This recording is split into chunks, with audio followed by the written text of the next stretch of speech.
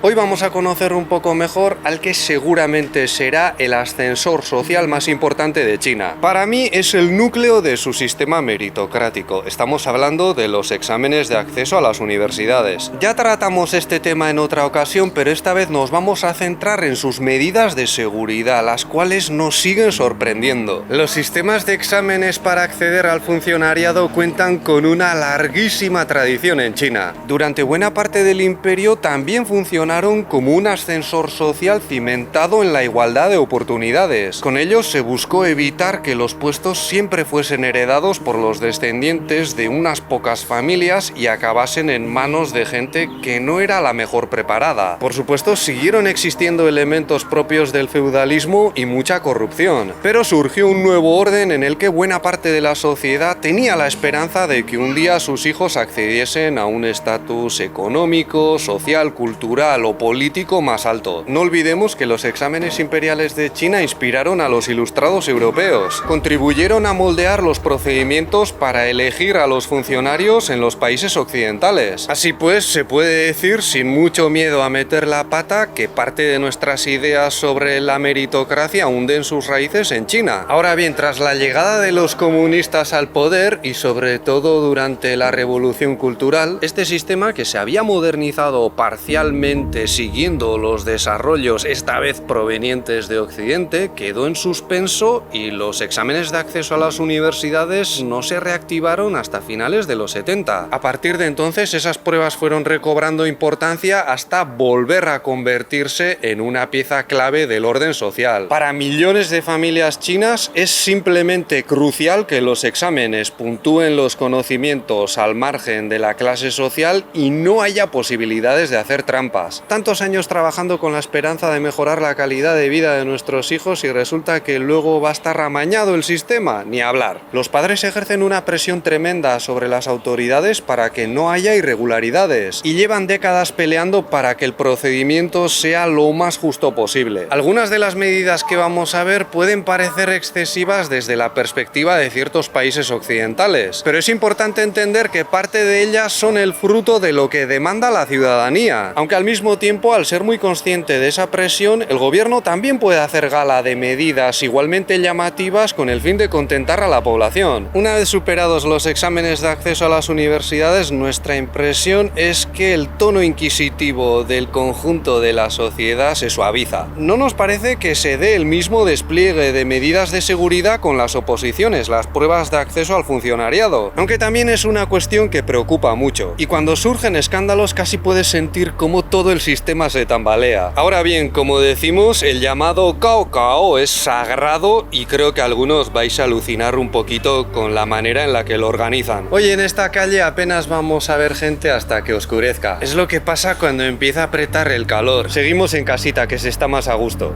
Para empezar, el Ministerio de Educación se encarga de seleccionar a un grupo de profesores universitarios y de la secundaria para diseñar los exámenes. Hay una dotación económica para ellos y además la experiencia de participar en este proceso está muy bien valorada. Por lo que sabemos y hemos leído, muchos lo consideran un honor. Ahora bien, no son los profesores los que solicitan el trabajo, sino que son elegidos por el ministerio y en principio pueden rechazar la oportunidad. El ministerio revisa el historial del personal durante el proceso de selección y les da una especie de formación especial para evitar que se revele la información de los exámenes. Además, firman un acuerdo de confidencialidad por el que se comprometen a mantenerlo todo en secreto y a no utilizar la experiencia con fines comerciales en los 3 años siguientes. Es decir, el ministerio valora tu trabajo, pero no te permite que una vez terminado el examen vayas por ahí ofreciendo los conocimientos adquiridos a empresas privadas del sector de la educación, por ejemplo. De todos modos, su palabra no basta, porque una vez superado este primer paso, unos 2 meses antes del examen, que suele ser a comienzos de junio, son confinados en complejos secretos con estrictas medidas de seguridad. Esas áreas están rodeadas de policía armada. Luego veremos que ha habido intentos de colarse en su interior. Los profesores hacen vida allí y sus comunicaciones con el exterior están muy restringidas. Solo pueden utilizar los teléfonos fijos que les proporciona el ministerio y las llamadas están monitoreadas todo el tiempo. En cuanto al acceso a internet ocurre algo similar, solo pueden usar la intranet que se les ofrece en sus zonas de trabajo y residencia. Este confinamiento confinamiento dura hasta que los estudiantes terminan las pruebas, puede extenderse hasta casi 2 meses. Igual las últimas semanas son más tranquilas, pero las previas a la entrega de los exámenes son una locura de trabajo. Hemos estado buscando información más detallada sobre el confinamiento y no ha sido nada fácil. Pero al final hemos encontrado una entrevista de hace años a una profesora que participó en la preparación de los exámenes. Aunque la oferta se puede rechazar, todo el proceso es súper secreto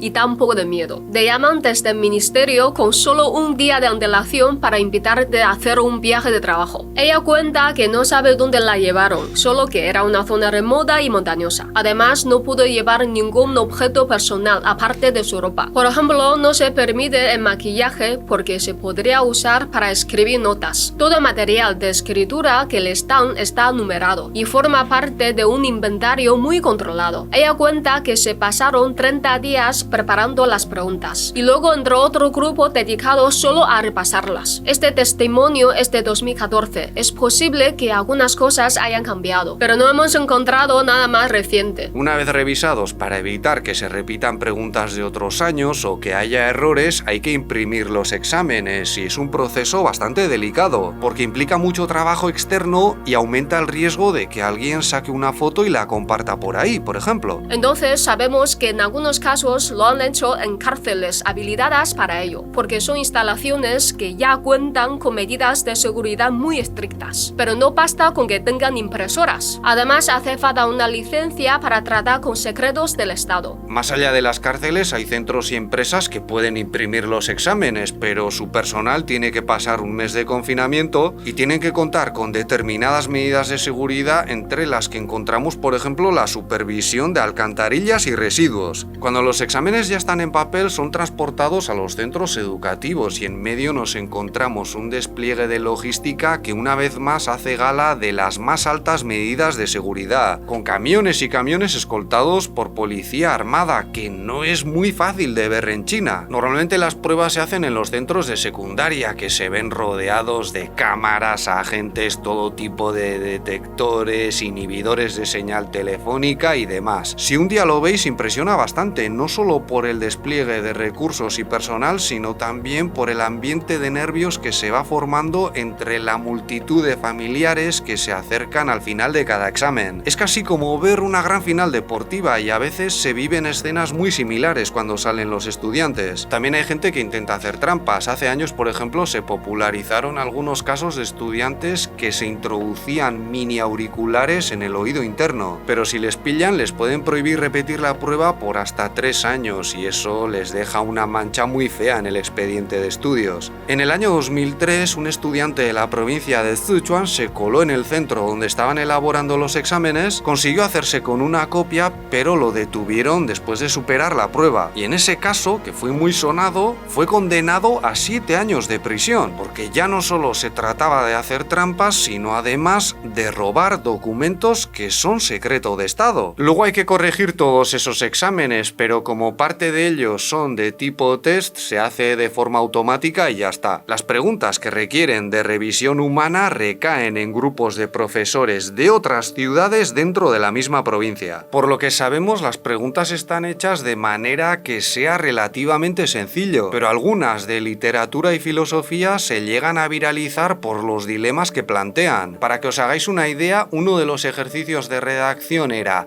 ahora que la inteligencia artificial nos responde tantas cosas, ¿nos vamos a hacer menos preguntas? Ya me diréis cuál es la respuesta correcta a eso. Todo el país se tiene que examinar de matemáticas, lengua e inglés u otro idioma. Pero no toda China sigue el mismo modelo. Hay municipalidades, provincias y regiones con sus propias variaciones. Otra aclaración: los profesores que revisan los exámenes no son los mismos que los diseñaron. Y como imaginaréis, con tantos ojos atentos a un momento tan decisivo para los jóvenes, no es raro que haya quejas, denuncias y se formen polémicas por el contenido de las pruebas, la forma de corregirlas y demás. Es un proceso que siempre genera discusiones y si vosotros también tenéis algo que decir, os invitamos a que lo hagáis a través de un comentario. No sé qué opinaréis vosotros, pero a mí me parece muy interesante que para garantizar que los exámenes sean justos haya que recurrir al secretismo. Parece que aunque la transparencia en general sea algo deseable, no siempre funciona. Eso es todo por hoy. Si este vídeo os ha parecido interesante, podéis darle un me gusta, suscribiros o ayudarnos con Patreon, donde tenéis más contenido, como directos y mis clases de mandarín. Muchas gracias y hasta pronto.